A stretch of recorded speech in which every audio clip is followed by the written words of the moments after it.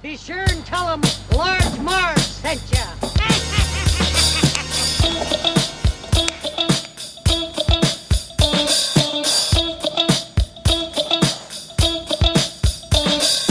In the 90s, we were just teeny tykes. We rented movies and our bikes. We wanted to be DJs, but we were just teeny gals. So we went off to college and we remained as pals. 20 years later, we're still watching flicks and we're bringing you the feeling bit by bit. Sweetie and Sweetie are here to say it's the Large Marge Santa's podcast.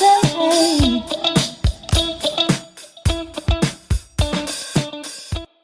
All right. Let's get serious. We help them rise. We can help them fall. Oh, but I don't know how we're going to do that. What do you mean? Yeah, she's right. We're has-beens. We're hanging on by a thread. We're just discards. We're not hanging on by a thread and we're discards. Look at us by being together. Us. Unity. I mean, if all the first wives of the world got together, what else do we need? Just one amazing attorney. No. All we need is us. 3 women who aren't afraid to fight, to stand up for our dignity, huh? For our self-esteem.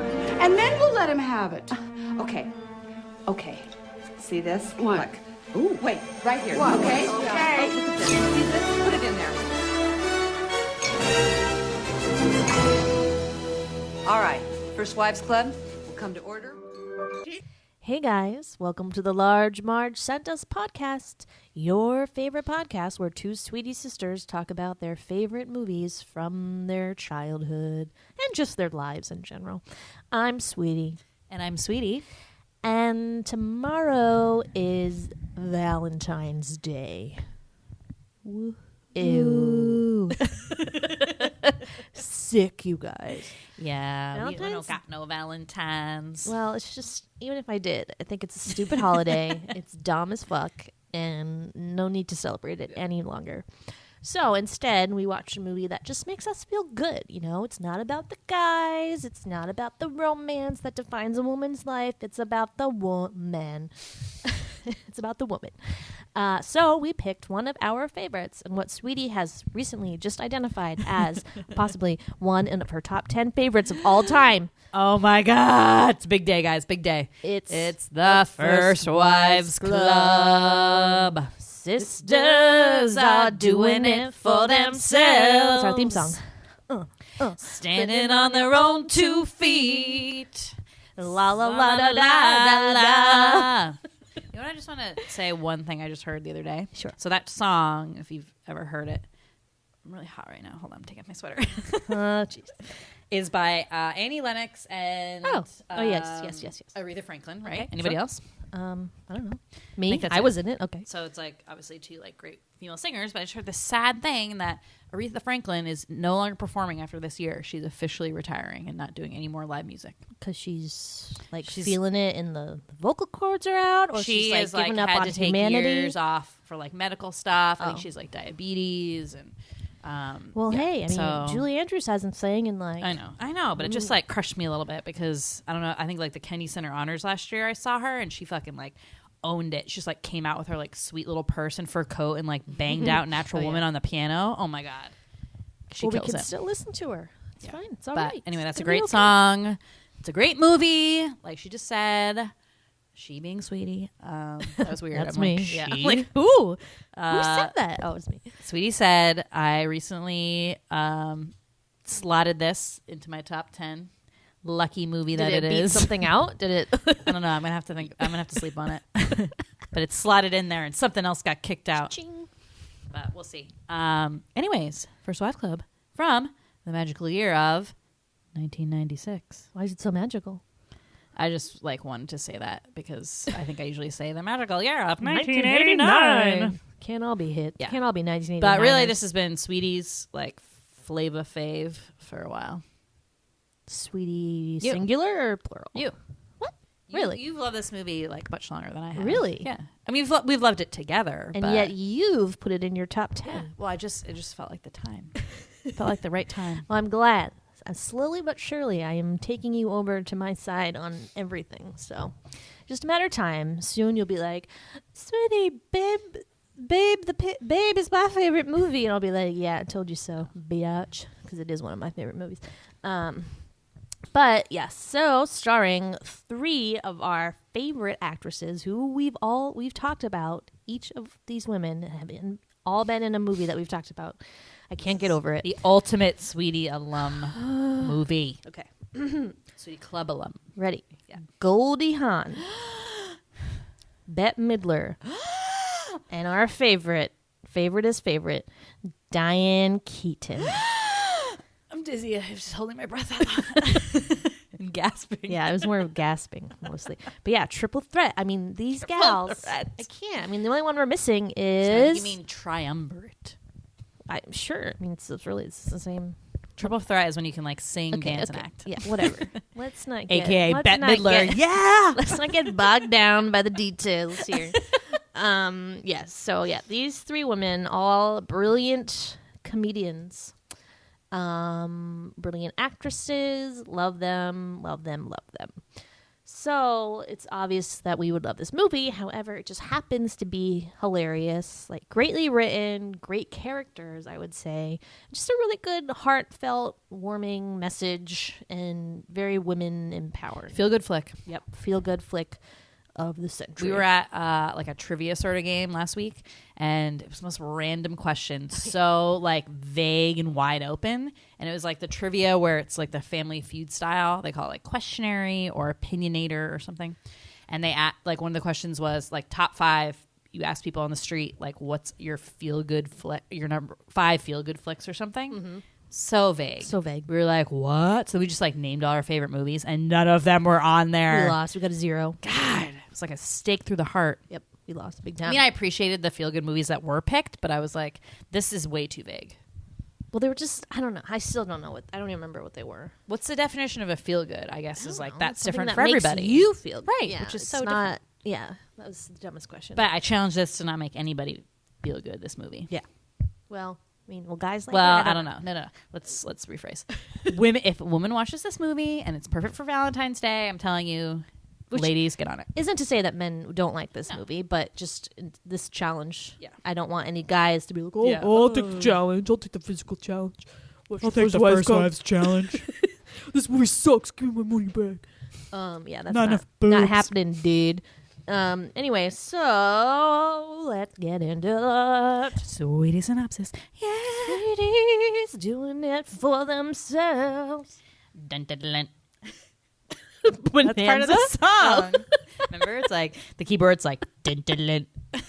Sounded like Bonanza to me. That goes dun, dun, dun, dun, dun, dun, dun, Bonanza. It's the exact same notes. No, Ice Ice Baby is dun dun dun dun dun dun. Okay.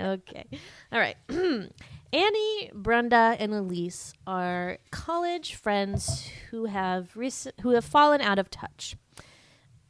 They have been brought together by the suicide of their 4th friend in college, Cynthia Swan Griffin, who has committed suicide after her husband has left her for a younger woman and neglected her, basically. I just want to say that I didn't forget, but this movie is a comedy and it's very funny, but it does start on like a tremendous sad note. And I did cry during one part of this movie, but it was not this part. But I did get like it's Stockard Channing, Rizzo from Grease, is Cynthia, and she's only in the movie for like 2 minutes maybe. She's so good, and it's just Oscar-winning performance. The way she swigs that alcohol. Yeah. It's just, she's... But yeah, it just so for a comedy, it just starts on the darkest note ever. So I just want to say that. Well, yeah, and I always wonder. I always even though it's very serious, obviously it's very sad. I kind of sort of chuckle sometimes when Cynthia's about to plunge off, and she waves to the neighbor who's on her Stairmaster, and the neighbor's like, "Oh, hi." I always feel really bad for that neighbor who's working out and having a good time, and is like, "Oh, it's my neighbor, hey," and then she's like, "Oh my god, what's she doing? Oh my god, oh my god!" That's awful. That's the worst. So sorry, wherever you are, Stairmaster woman. Yeah. I feel for you. But yeah, so Cynthia commits suicide. Her 3 friends go to her funeral. They meet at the funeral and they reconnect. So Annie is played by Diane Keaton, who has been married to Aaron for the past 25 years. He's in advertising. I don't think she has a job at the moment. I think she probably stayed home to raise their daughter, Chris. They're currently separated, so things are a little rocky. Brenda is played by Bette Midler, who was married to Morty, the Appliance. or electronics? Morty Electronics? Like Morty's Electronics. Yeah, so it's like like in True Beverly Hills last time there was the Neffler the Muffler Man. Now we have Morty the Appliance Man, who's like a bajillionaire from selling appliances. So much question money. mark? That huge Still question for me in this questionable. movie. Yes. The mystery of Morty's millions. That's So what I yeah, would say. so Morty and Brenda have split up. He is now seeing Shelley, played by Sarah Jessica Parker, who is a stick-thin, younger woman. And then Elise, played by Goldie Hawn, is an actress who has gotten a lot of plastic surgery and is starting to feel the pressures of society wanting Hollywood women to fit into their bubble that everyone must be young forever. Her husband, Bill, who's a Hollywood producer, has also left her for a younger woman actress, played by Elizabeth Berkley, of Jesse Spano fame. So, yep, so that's them. Yes, that's the gals. That's the gals. So the girls reconnect, and they all realize that their husbands are jackasses who've all left them for a younger woman.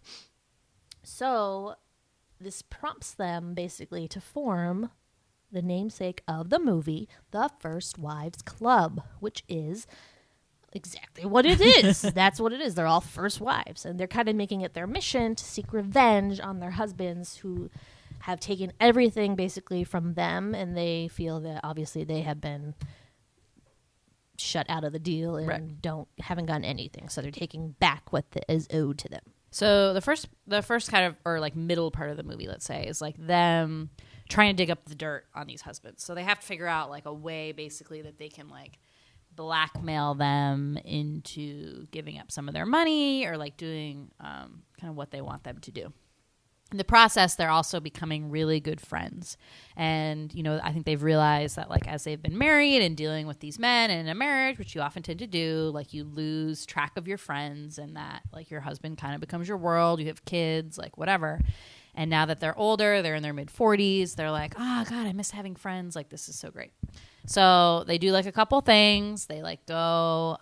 Brenda finds out that, wait, his name's Morty in this, too? Isn't it Morty and something else? Who is he in Tully? In Addams Family? Yeah. Is he Morty in something else? Is he Morty in Clueless? No. What's the dad's name in Clueless? I don't know. Sorry, Does he have a name? I don't know if he has a name. That guy's in like everything. Yeah. Anyway, so they figure out that Morty the appliance guy, Brenda's uncle Carmine tells her that when he was first starting out, all of his like merchandise that originally like was in his store was stolen or hot, fell off the truck, if you will. I don't get that, but like, but from like her dad. I know, so that's why I was always is that like, really stealing? I know, that's why I'm always confused about it. I'm like, wait, and then in my head as a child, I was like, oh, it fell off the like it was like, here I go driving away. I did not oh no, know the what merchandise fell. that phrase meant at all. But Uncle Carmine's in the mob, so maybe like they stole it. You know, maybe it's like, which is just doing anything like, with the mob is shady, I feel like. Yeah, but why is it okay for like them to steal it, but not Morty to like use it for his business? I'm not sure. I'm unclear a little shady. about those rules. For Annie's husband, Aaron, at the ad agency, they install her daughter as a secret mole / intern to look in the inner workings of the ad agency. They find out that the ad agency, his partners, are unhappy in the business and want to get out. So they're ready to like sell their and that's share. Because of him, of Aaron? Like they're not, yeah, I don't think they like really like him. And then, so that's like the initial ones. So then there's this whole thing with like Elise and her husband, who's the movie producer. They're splitting their assets. So Elise like sells all the assets to Annie. So then she puts the assets up for auction and gets all this money, and then is able to buy out Aaron's partners in the law firm, ad agency. Morty, am I moving too fast through this? Well, it just, I mean, so finally, so they find out, I mean, the way to make it simpler is that they finally get something on Bill, who's Elise's husband. They find out that Elizabeth Berkley is actually 16. So statch rape there. So they're essentially kind of blackmailing all of them in a way, except for Aaron maybe. But they're like, Morty, like you can go to jail or you can give us money. I'm going to take ownership of Morty's electronics and do everything. Like I'll give you a salary. So she it's kind of like a chain of events, basically. The money that Elise and Bill's stuff was auctioned to buy Annie's part of the business. Morty's electronics is going to buy like a $45 million advertising account with Annie's new company, basically. And where does that put? And then Bill, and then they all just have to give them money. So somewhere down the line, they realize that instead of getting back at their husbands, they can do something better for the world, which is open a crisis center for women. So instead of getting back at their husbands, which they're still going to do, but they're also going to help others along the way. So all the 3 ex-husbands have to pay money. So they're all giving them like $150,000, $250,000 towards this new center. Money. So they have a lot of money. And then they open this new center for a crisis for women. It's a big hit. There's a lot of publicity. Yeah. It seems like everything's going to be great. And they're all kind of going their own way, except Brenda and Morty kind of rekindle romance at the end. So So while all this is going on, like we said, like their friendship blossoms and they discovered like how much they miss having friends. But then they also like self-improve. So like Brenda is the Bette Midler character, and she's like perceived as like very heavy at the beginning. They just dress her in like a lot of like baggy, like loose sack dresses. And she like loses weight and just like basically stops her animosity towards her husband, is like focusing on her friends, and then the new business when she like takes over Morty's electronics. Diane Keaton's character is sort of like a doormat, so she learns to like really stand on her own and get upset at people and like take control of her own life, not let her husband like weasel his way back in. And then Elise, the actress, was an alcoholic essentially, so she stops drinking. She starts to do projects that are for more like women her own age, but still really good roles. And so they are like at the same time self-improve as well. So it's like everybody wins.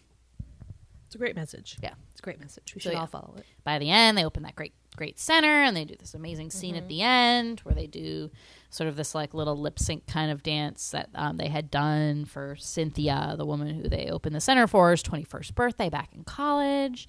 And it's a great message. It's the song "You Don't Own Me" by somebody.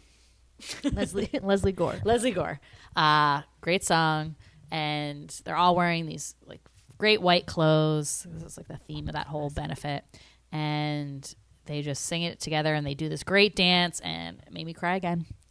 You did. You don't own me. Happy tears. Happy tears. Yeah. But it's a great message, and that, you know what? Like, yes, that might happen to you. Men can really stink, and that whole midlife crisis, whatever thing that goes on, is horrible. But as long as you have friends and you have yourself, you have somebody. You'll be okay. Nobody owns you. That's right. That's right. That's right. You don't own me. My cat owns me, but he does not. He does. You own him. He makes the rules. But yeah. So I've always loved this movie. I don't know. I think I've just always felt a kinship to Diane Keaton. As we said, she reminds us of our mother, Carol. So any movie that she was in, I guess I gravitated towards. This one like seems so Carol. Oh, like, I know. So this Carol. is like the epitome. This is the Carol. epitome of Carol. Which, sorry, I mean, yeah, I not wish we like could call her. She's Oh, wish we could call. Yeah, wish we could do an Ask Carol, but we really can't tonight. We don't mean to say that you're a doormat. No, Carol. no. You just we just no, got but her finished hair explaining, was like mom hair for so long. Oh, like the way she looks, yeah. And like some of her mannerisms, yeah. Totally. But yeah, so I don't know like where to begin exactly. How about all right. So I feel conflicted because I love their friendship in this, and I think it's really sweet, and I love it so much. But I still get very sour over the fact how in the beginning Elise does not remember Annie's name. I grimaced when that scene. I was like, I don't remember this. Oh, if I was a writer or whatever of a movie, I would look at that scene and like take it out maybe after like a few rewrites, because it kind of sends the wrong message that like Elise like really does not care about these women, and these two, like Brenda and Annie, obviously remember each other because they're normal like civilians. But it just makes me so sad that Elise is like, what does she think her name is? She's like, not Amber.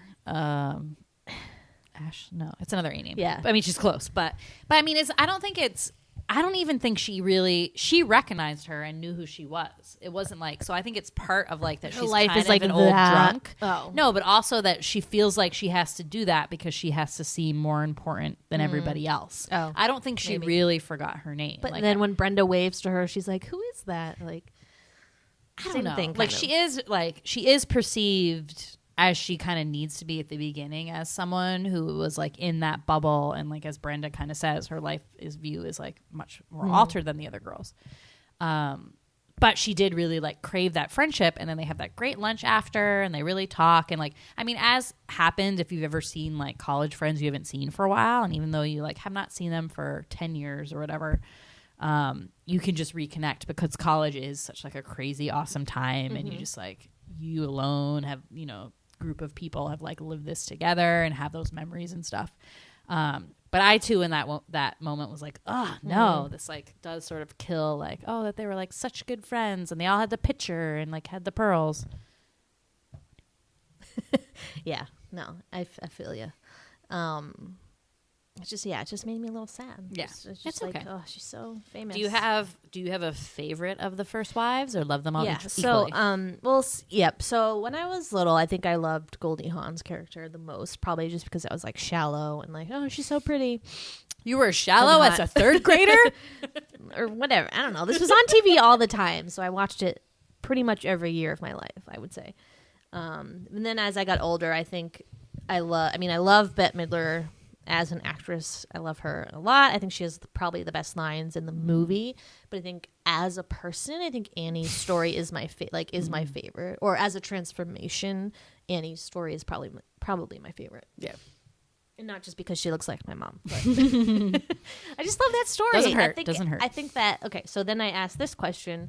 Which of the ex-husbands is the worst? Aaron. Yeah. So Aaron, her husband, is the worst.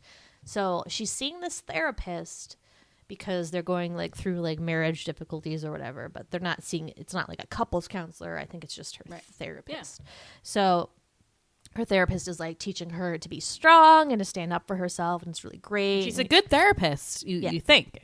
Yes, you think so. The session goes well, and you're like, yeah, that's awesome. Yay. Go Annie. And then her and Aaron have kind of been seeing each other like on and off sporadically. And then Aaron calls to make dinner plans, and she's so excited. She tells her mom, like, oh, I think this is it, Mom. I think he's going to want to move back in and stuff like that. So they go and have a nice dinner. They have sex after. They're like, she's getting dressed, and she's like, oh, Aaron, like, I think this is just such a great, we're just getting along. You can move back in. He says, I love you to her a couple times. He's like, oh, Annie, I love you. And she's like, I love you. And then he like looks at her and he's like, I want a divorce. And she's like, what? But we just made love. And like she does her classic Diane Keaton freak out. And and it's a good scene, but I think that's the one you cried at. Yes. Correct. Yes. It's just very emotional because you just feel so bad for her in that moment because she's just very vulnerable. She's seeing a therapist. Oh, sorry. I haven't even gotten to that part yet. So so she's freaking out at Aaron and like, blah, blah, blah. Like, wow, how could you do this? Like, we just made love. Like, you want a divorce. He's like, I thought we could have like one last fling kind of thing. And you're like, oh, fuck you, dude. And then she's like, oh, is there another woman? And he's like, no, of course not. And then who walks in the door but her fucking therapist? I mean, give me a break, dude. Yeah. What? How did they meet? Wasn't his therapist too? I think so. Well, that's right. Isn't that against the rules of therapy? Yes, it is. Well, you can't you can't date your patients, number one, but like number two, like if why would they both go to the same therapist? I feel like for couples counseling, that's like kind of a no-no. Maybe, yeah. But it's crazy. So Annie's just so upset and just freaks out, and it's very emotional. Yeah, and her I think I talked in the Baby Boom episode about how Diane Keaton's freak out scenes are my favorite, and there's a couple in this movie, but that one really gets to me because she just like when she's like goes outside and is just sobbing as she's walking to the elevator, it just sounded like that just gut wrenching, like so upsetting sobs, and I just started crying. She makes me cry. That's 2 times Diane Keaton has made me cry. Baby Boom. Yes. Oh, yeah. I mean, she's great. She's the best. Yeah. What can I say? But yeah, who's your favorite? I was positing that question to you. Is that right? Yeah. Positing? I posit. I don't know. Deposit. Cha-ching. Post-it note. I was thinking I just can't choose. I just can't. Yeah, it is hard. Because I think they do such a good job of having different qualities in each of them that it is almost an ensemble. Like you can't be like, oh, I really like her more because if she wasn't in it, like then you wouldn't have this angle and you wouldn't have It'd this be angle. all unbalanced. It wouldn't work. Yeah, it's just like the perfect little trio. You have Annie, like the sensitive one, which may be like the tougher story. Brenda is like hard as nails, but so funny. And like you said, she's like all the best lines, the comedic timing. Goldie Hawn being like the glamorous one with like kind of the more like problems that you don't necessarily like understand, but like more, you know, kind of like the whole thing about Hollywood and women aging out and stuff like that. So you feel for her too. And like, I don't know. I just love it all. And like, I think they must have had so much fun making this movie. Like at that end scene, all I could think of, and I wrote down like, how much fun was it to make these movies with those ladies? I know. I think they are the best. Like literally, I think those might be my 3 favorite actresses. Like of this comedy like genre that we keep kind of like covering. Yeah. Throw Meryl Streep in there. Like throw Kate Winslet. Like yeah. So there's Shelley. Shelley Long. Mm-hmm. But like I think those ladies are just fucking. They're the tits. The tits. Yeah, I think Diane Keaton talks about a little bit making this in her first memoir, which I forget what it's called, but I think I gotta read that. Yeah, but she does mention it and how she loved making this movie, and so it really makes you feel, that much better because there's nothing worse than loving a movie and then finding out that like the stars actually hated each other, like a la Dirty Dancing or something, where you're like, ugh. Like, I just don't want to believe it. But this, you can believe that they were friends and that they had a great time. So it is fantastic. Yeah, I like, well, this is sort of about that, but not. So I was reading the IMDb trivia, and they had Bette Midler in an interview, and she said how they had like such a great time in this movie, and they all wanted to make a sequel. And that the directors and the producers or whatever were like, oh, no, like that will never do well. This is the success of this movie was like a total fluke. Like we don't even know like why it did well at all. And even like right before it came out, they told like they had a talk with the people and they're like, yeah, like we don't expect this to like do that well. It's not going to do well. Like it's opening up against like all these other like male star like centered action flicks, which is like the theme of this entire like literally the theme of the movie. Yeah. About women aging out of Hollywood and how Elise can't get a job. She has this great line about how there's only like 3 phases of women actresses: Babe, District Attorney, Driving Miss Daisy. Have you ever seen like the Amy Schumer skit of like the women who like age out of Hollywood and they like get sent on like a boat, like remember like into the river when you're like you reach this like magical age? This is like still going on, people. Again, this is 1996. We are now 21 years from this movie. 21 years. Can you believe that? The theme persists. It's getting better. I'm not going to say it isn't, but Hey, Maggie Smith is still rocking it. all these women are still rocking it. Goldie Hawn's in a movie this year. She is now Monique's mother. With Amy Schumer. Yes. Yeah. Whoa. Full circle. Full circle. But it's again like I don't know like how that only gets better if we get women directors who can give women these parts like that they deserve and these or interesting men. I stories. think men are fully capable also of giving women parts. It's not like no, that's true. But it's just with Hollywood, it's all about sales and like just why they do bullshit sequels. You know, like it's like I'm really actually glad they didn't make a sequel with this. I'm sure it would have been not that good, and it probably make one next year. Well, I'm terrified they're gonna remake this with like other actresses. And I'm gonna flip like my shit. Beaches. Wait, they're remaking Beaches? They already did. What? It's like a Lifetime movie with Idina Menzel. And, that doesn't. Okay, that doesn't. What's count. her face? That doesn't Yeah. count. Okay. Well, That you meant it was like a movie. Well, We're watching that next, by the way. I just thought. Oh, Beaches. Yeah. Beaches. I mean, not next, but like eventually. I was going to suggest Death Becomes Her, which is my other favorite movie. So good. Oh, so good. But But like, that's my ultimate cry, Beaches. And every time I see oh Bette my Midler, God. Forget it. I can't. Forget it. Beaches. It's just too much. So It's too much. That works. Okay. Anyway. Did you ever know that you're my hero? God, that scene with the funeral. Sorry. That's crazy. It's crazy. Anyway. Yeah. So I guess I want to jump into favorite parts. Yes. Go. I might steal yours. It's okay. We can talk about it in tandem. Okay. So I think the window washing scene, or when they're going down the building in the window washing unit, whatever that thing is called, is one of the funniest scenes in like any movie I've ever seen in my whole life. Well, just take a step back. Like that whole scene, which I call the penthouse infiltration. Okay. Maybe you should explain amazing. it. I feel like all right. I'll set it up. Learned. So they find out that Morty has stolen goods. He opened his first store with like hot merchandise or whatever. Hot stuff. So they have to get proof. So they go. They realize that, the old tax returns are probably in the penthouse he just bought for Shelley. How do we get in that penthouse? So Elise thinks of the idea like, she needs it to get it decorated. Let's ask Elise's like decorator friend, who's really not a good decorator.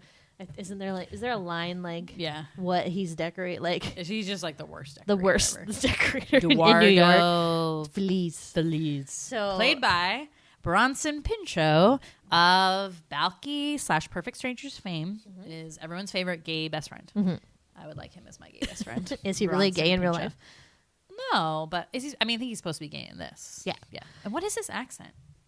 It's like a fake, like he's trying to be more like that's what I thought. Because when he was like doing the interior decorating scenes, sometimes it seems like European, like Eurotrash, and it's like British, and sometimes it's Australian. That's totally on purpose. That's definitely on purpose. So they get Maggie Smith, who's like this high society like kind of woman who's been married several times and has a lot of money. But so she invites Shelley to lunch, and she's like, "You need a good decorator. Let me give you the name of the best one." And she's like, "Eduardo Felice." So he comes in. He's like, "Okay, I need you to leave for an hour so I can be alone with the space and like really compose my thoughts." And they're like, okay. So Shelley and Morty leave, and then the Brenda, Elise, and Annie are like in the hallway waiting. So they come in, and they have like small amount of time, an hour. He tells them to leave, but it's a movie, so it's not going to be an hour. That would be nice and cushy. Not an hour. So they infiltrate the penthouse. So they go upstairs to the office, and they like look for all the stuff. Brenda finds the tax returns. So like, sweet, we got them. Unfortunately, Shelley and Morty come back to the penthouse early. So the code word is social crime is on the rise. And they come back. We should say that anytime like something bad's going to happen. Social crime is on the rise. They'll be like, "Oh shit, gotta get out of here." So they start freaking out, and they need to get out of that penthouse. So my favorite part is when they find they're coming back early, and Diane Keaton, starts flipping the fuck out in the penthouse and she's like going hysterical, and she's saying, "I'm clean," or "Hide me." Okay. I'm clean. So I always thought she was saying "hide me," but she's actually being like, I'm clean, and like freaking out. It's so great. And they're like, "What do we do?" So they try to sneak out the front, and then like Morty walks out, so they can't go that way. So they spot a window washer thing.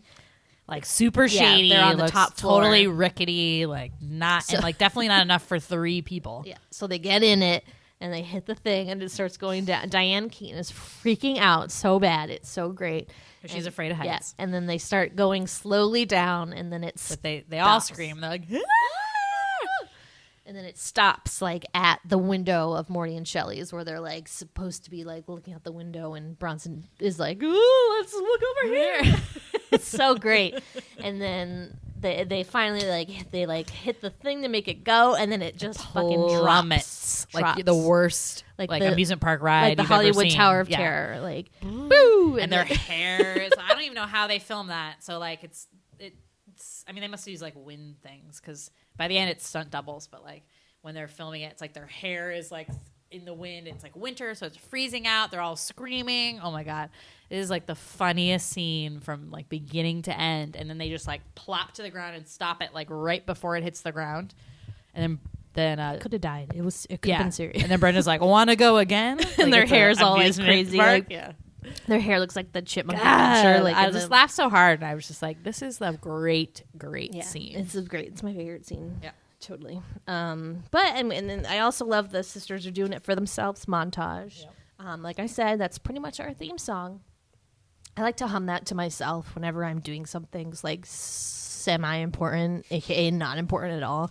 If I'm like going to get the mail at the post office, I'm like, sisters are doing it for themselves. I think we sang paying it. my bills. I'm like, Yeah, sisters are doing it for themselves. And then when we moved to our own apartments a couple of years ago, and we got the U-Haul, the little truck, I think we sang that. Did we have that on like a loop, like repeat? No, we just sang it. Sisters are doing it for themselves. We just sang it, man. We sang it out loud. It was good. Yeah, we love that song. But it's a good montage. It's when they start kind of turning things around and realizing that they can do better than just getting back at their ex-husband. So it's a good scene. So sort of favorite scene, which is really just a sweetie favorite scene, which means that only probably we find this funny. True. I'm not sure if anybody else does. Maybe you will. Maybe we'll Maybe find this some new has been fans. your favorite part this and whole then you time. are immediately inducted into the Sweetie Club. Sure. Yeah. Yep. So it's at the auction where they're auctioning all of Bill and Elise's things that they accumulated throughout their marriage. So they're trying to trick Shelley into bidding high on things so they'll get more money. So they station Elise as herself, like bidding on things to make Shelley be like, oh, that Elise, what's her last name? Elise Elliott. Well, she has good taste. I have to bet on that. So she bets on that.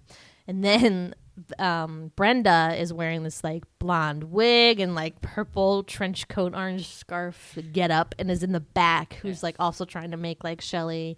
What's that called? Where you like, I don't know. I don't know if it's called something where you bid to like make somebody else bid things. But I just love how Ganilla, is that her name? Gwynilla is like, she's like, she's probably Euro trash. And she like says it in her like great British accent. I love that part. I know. Oh, probably Euro trash. And then Shelley's kind of on the fence about betting on like a plate or whatever.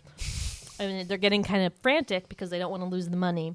And so Brenda's like, oh, I got it. So she like turns to the guy next to her and like tries to force his Who we hand. think is a German guy. Who we think is German, and tries to force like his paddle in the air to make a bet. And he like, he does this great thing where he like shakes her off. He's like, ugh, Abergense. And like, we need to figure out what that means. I'm going to Germany next week, and I'm going to like fucking ask around and be like, what does Abergense mean? It's probably not even German. It's probably like Polish or We something. need the script of this movie. Yeah. Where can we get it? Oh, online. You just Google it. Shit. Yeah. We'll find it. Let's do it. It might not be there. It may have been improvised by that gentleman. But like, why was there a random German dude at the Christie's auction? Why? There was like fine art and shit. Anyone true, could be there. I don't know. She but was yeah. Eurotrash, so. But so that's one of those things that we'll just say to each other. Like if something's like upsetting to us, we'll be like, Abergense. Oh, it's great. So good. Good times. Good times. What else? Shout out to Elizabeth Berkley. It's your fave. She's your fave. She's not my fave. What are you talking about? She's your fave. She's not my fave. I was a Kelly Kapowski gal. Oh, okay. Well, everybody was, but join the club. Back of the line. I just want to say that she is actually pretty great in this. Yeah. She's terrible in Showgirls, but she was really good in this. She's like the perfect, like ingenue, like naive. Yeah, she plays a good bad actress. Yes. This was her Right. calling. Yeah. Yeah. So that's the ticket. It's a sweet spot, basically. Yeah. Shout out to the maid from Clueless, also a maid in this movie, and probably played a maid a couple times. You should look up her IMDb. She see was how many awesome. maids she was. And like weird, like 6 degrees of not Kevin Bacon. Morty is in this, who is also the dad in Clueless, and she's his maid in Clueless, but not his maid in this. Yep. But they were in the same movie. Yeah. And Break Bette that apart. Midler. Bette Midler is in this, and Sarah Jessica Parker is in this, and they play enemies. And in Hocus Pocus, they were sisters. doing it for themselves. And Brenda has a line about witches in this, where she's like, witches also can use their power for good and evil. Yeah, So- I think I really liked SJP in this. This was like right before her Tex and the City casting. So not that she was like unknown, but like after this, she like vaulted to real crazy fame. She's really good in this, though. I know. I think that it's really a mark of a great actress when they make you like you can love them. Like obviously, I love her in most most things that she does. Even though people don't love Carrie, like I still always love her. I'm sorry, I'm going to say it. But in this, you just hate her so much because she plays such a good kind of villain in this. So props to her. She's so skinny though. Oh my God. I think she had to like lose even more Yeah, lbs to play for this. To play, Ugh. I bet. Yeah. She's already like so tiny. It's like, Yeah, it's scary. Yeah. That's just so crazy to me that like the amount, like what? Okay, so Morty is the like Tully in Addams Family, as we've talked about, and also the dad in Clueless, as we've also talked about. And he is like, you know, a kind of a weird looking person, let's say. Like not an attractive fella. He's actually more attractive than this, I feel like, than maybe any of the other ones. Anyway, that how much money can buy you when like someone that, and like Shelley is in this is ugly because she has an ugly personality, but yeah, she's like a hot body and she's young. Like they're actually having sex. I'm confused. But she's just like, there's that scene where he gets mad at her for spending all that money on the auction. Yeah. And she uses her sexuality to like get out of it. So it's like that's their whole relationship, I think. Okay. I mean, that like, she's just look using at him. fucking Donald Trump and Melania. I mean, it's like... Speak his name. It's just really icky to me that... I don't know. I just can never... Like, I know I said in Milk Money I could maybe be a prostitute, but, like, I take that all back. But you don't have to love somebody. Like, prostitute is just, like, the sex part. But this is, like, pretending everything. I mean, you're not pretending. I don't know. But it's just sad because there's not many rich women that can just get any man that they want. Exactly. And again, like, I always say this, what do they have in common? If you're Nothing. sitting around that penthouse, what are you talking about all day? You just staring at each other? She's off having other affairs, probably. I don't know. I don't know. I just can't get with that stuff. Yeah, it's sad. But yeah, that guy, so that actor, Dan Hedaya or something. I don't know how to say it. But he's like a permanent crazy 5 o'clock shadow. Yes. It's just so prominent. I've never seen something like that before. It's like his characteristic. It's like, what's his face with the pock marks? Like this is his 5 o'clock shadow. Same deal. This is his. For sure. Yeah, no, he's like so for me, like iconic in like at least 3 roles. Maybe that's a big word, iconic. He's in. But I'm like, oh, Cher's dad. Oh, Tully. Yeah. Oh, you know, it's like what he's known for. Yeah. I don't know any other movies except those 3. He's in some Coen brothers. Well, he's in the Coen brothers like first movie, Blood Simple. No, I really like him, and I'm sorry I called you unfortunate looking, but if you're listening, Dan, I'm sorry, Dan. You rock my world. Love your movies. You rock my world. You rock my world. You were good and clueless.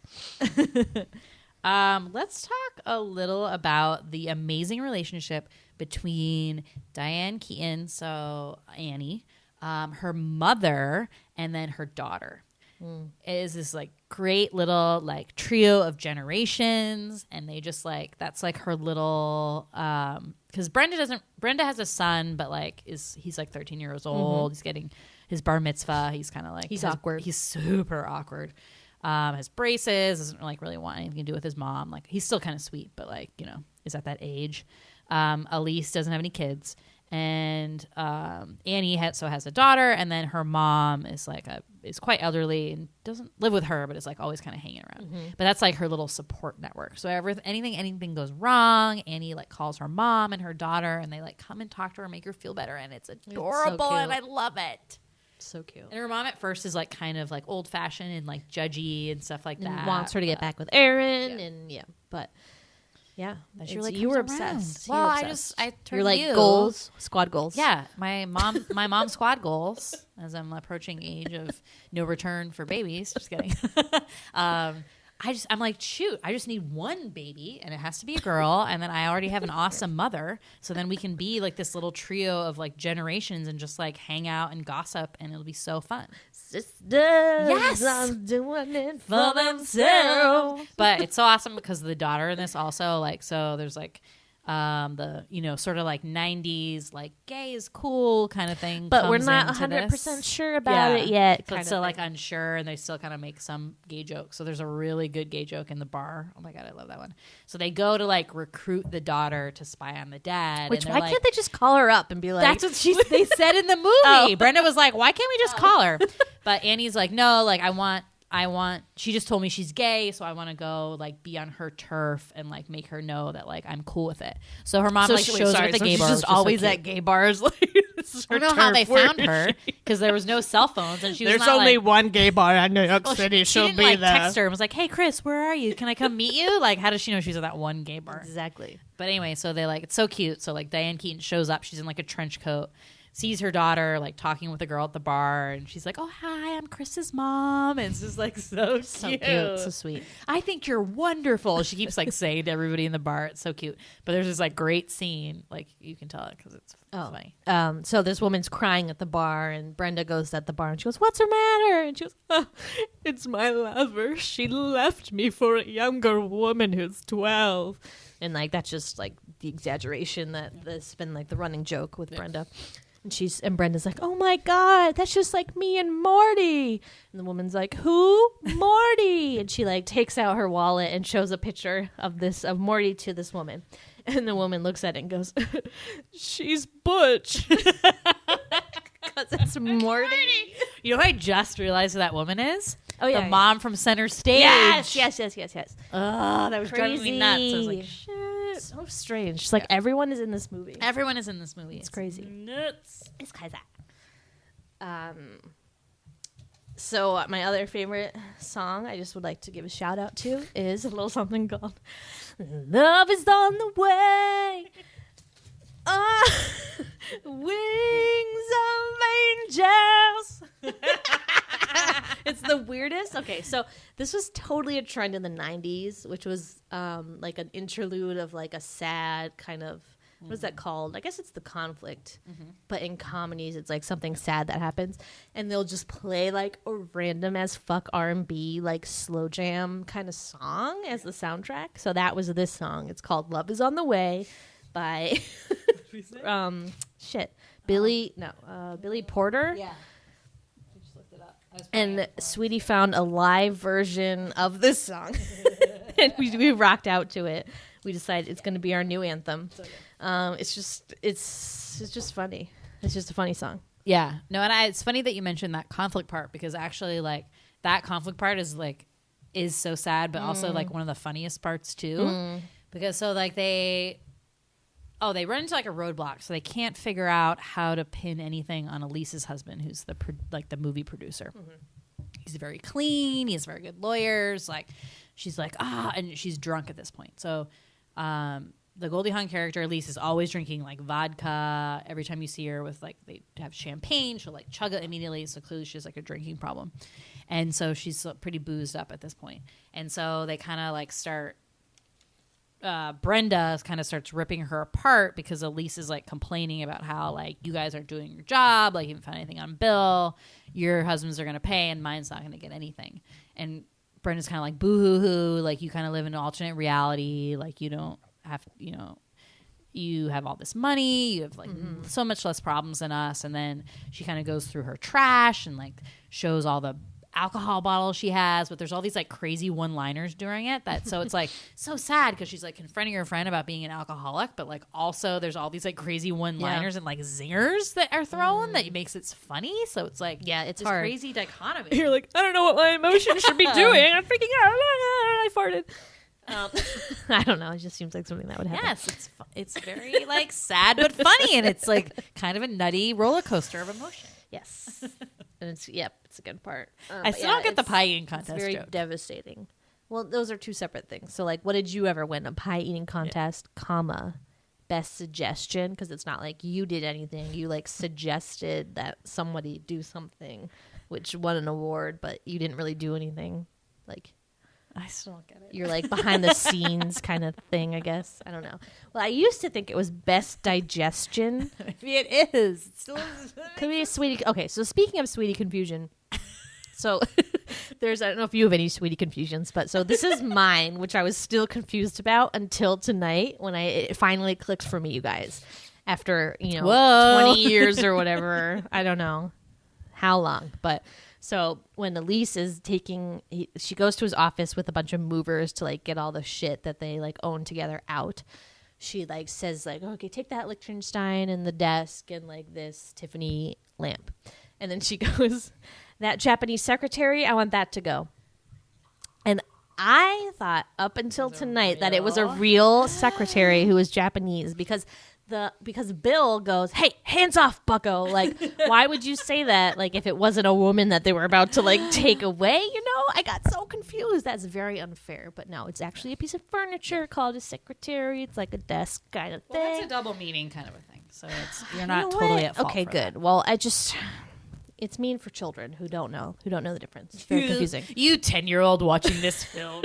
Oh, you should have known. I'm just glad you I don't have finally a license in interior decorating. Yeah. Well, I finally got it. So yeah. Props to me. Yeah. There's a couple of like lines that are still over my head, so that's depressing. But we'll just let that go. Like what? Well, the one I just said, I'm like, I don't get that. Okay. We're still not sure that that's the actual line, so that's okay. Yeah. Okay. That's up for debate. That's a pass. That one where they're talking about like what they did for their husbands, like while they were married, and Annie is like, oh, like, well, I ironed his clothes, I starched them, and I something. You did? And they're so surprised, and she's like, yeah, well, I supervised. What does that mean? In my head, I'm thinking that it means like she took charge of like the household duties. I think that means that she had a maid and she just supervised the maid. I don't think they were rich enough for like a maid though. Annie's not the kind of get. person that's a maid. I think she just like supervised the well-being of the house. Yeah. That was my thought. And I remember, it's so funny like watching this, and I still remember like the previews or commercials for this movie and like all the scenes that they had for the commercial in the commercial. Mm-hmm. So that was one of the jokes. The hello sunshine, when he like picks off like Uncle Carmine, they kidnap him and he's in like the meat locker. When they're like falling down the thing. Wow, good memory. Yeah, so I like remember the preview because I remember like, you know how when you see a preview, it usually ends up being like the least funniest lines are really like what they cut for the preview. Or something that they took out of the movie that doesn't make it into the final cut. Yeah. So I remember that line though from the preview, and obviously I was like confused because I would have been 12, so that like I should have known. About what supervised starching somebody's shorts meant? I don't think Mom so. gets it. I wish we could ask Carol. Know. Carol just came home from a week-long trip to see our new niece in Ireland. So she's jet-lagged and sleeping now, so we can't call her, but I'm bummed. Well, maybe we'll follow up and we'll do a update via Twitter. Yeah. Okay, do you have anything else you would like to say? Well, I'd like to go over the crazy amount of alumni, the most in the entire movie of any that we've ever done so far. Yes. All right, drum roll, please. It's the Sweetie alumni. Yeah. We know these guys. Happy graduation.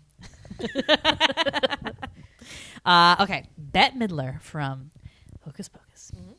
Goldie Hawn from Overboard. Mm-hmm. Diane Keaton from Baby Boom. Uh-huh. Rob Reiner sort of counts as director of The Princess Bride. Sarah Jessica Parker from Hocus Pocus. Morty, whoever that actor's name is, Dan something, from Addams Family. And Uncle Carmine, otherwise known as Jerry the Pope from Milk Money. Woo! So that's 1, 2, 3, 4, 5, 6, 7. It's our most by far. We have to write that down as like a record and see if anything can break it. 7 is the record. Hopefully as we like go along, we'll maybe get some more, but it's true. Shit cray. 7 degrees of sweeties. 7 degrees of sweeties. So one more question. How do you feel about the Brenda and Morty rekindling? I feel like okay about it. Usually, I mean, I think I'm the first person at the end of every movies that we've done been like, I love this ending because they didn't get back with a man. Yeah. But I just think that little dance scene that they have at the end at the benefit is so adorable, and like it's just him realizing, which I think a little too late. Like I don't know. I don't think it's supposed to mean they get back together. I think the reconciliation was they were like barely on speaking terms. Yep. So I think the reconciliation was that they were going to co-parent, and like, you know, their son's only 13. So, and I think they were going to be friendly and maybe try to be friends. I don't think Brenda is too strong of a lady to be like, you're getting back in these pants, bucko. Yeah, I feel a little conflicted about it. Like in some ways I feel like he's just using her. Like, oh, she has all the money now because she owns my store. No. But he doesn't seem like that. But I think he knows he made like a genuine mistake. But in that sense, like for me, as Brenda, I would be like, it's too late for you. I'm sorry. Too little, too late. Yeah, JoJo knows what's up. You just can't make those decisions and not think that you can just come back from that. I don't know. That's my 2 cents. My impartial, haven't had that happen to me yet. Good opinion. Thank God. Anything else you'd like to bring up? So, well, again, I want to say, so I know like the last movie we did was the True Beverly Hills, where we talked about how friendship is everything. And that one, it was money is not everything. Friendship is, as long as you have that, you're gold. In this one, direct quote, friendship is everything. And that's what the girls find out, women, if you will, find out at the end that, you know, they had basically gone on with, I mean, you don't know their backstory or any friends they have, but like they basically doesn't seem to have any until they reconnect at this funeral. And how awesome that is. And when they stroll into the night dancing with their awesome like white outfits and they're just having a blast, and you're like, man, like friends are the best. And really you will have so many ups and downs in your life, whether it is people dying, people breaking up with you, people divorcing you, money problems, like I don't know, whatever, the gauntlet. As long as you have your friends in your life, like you will be okay. That's true. You don't own me. Don't say I can't go with other boys. Oh, wait, we skipped some, but that's okay. Bum, bum, bum, bum, bum, bum, bum. And don't tell me what to do, and don't tell me what to say. Just let me be myself. That's all I ask of you. I let you go on your own, just like Brenda. Just like Diane Keaton. I got nervous. Just kidding. My favorite part is, I'm young and I love to be young. I'm free and I love to be free. Oh, I think I messed those. I switched them up. The way that I want to say and do whatever I please. No, you don't own me. You don't own me. You don't own me.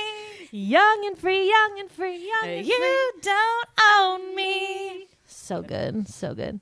Really good modern day version of that song is by Grace, and I recommend it. I play it when I'm walking to work and I need to get there quickly. I play that song.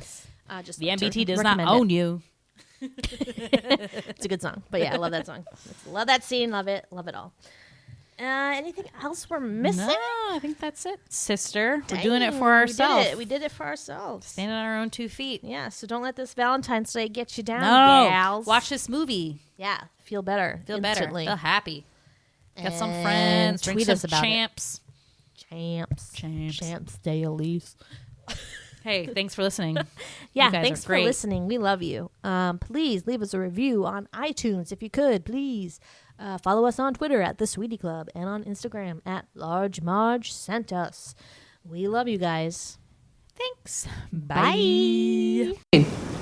You don't own me. You're not funny. No, wait, I'm out. I'm not. Stop it! No, I'm not gonna. You don't own me. Don't say I'm not gonna go with you other boys. No.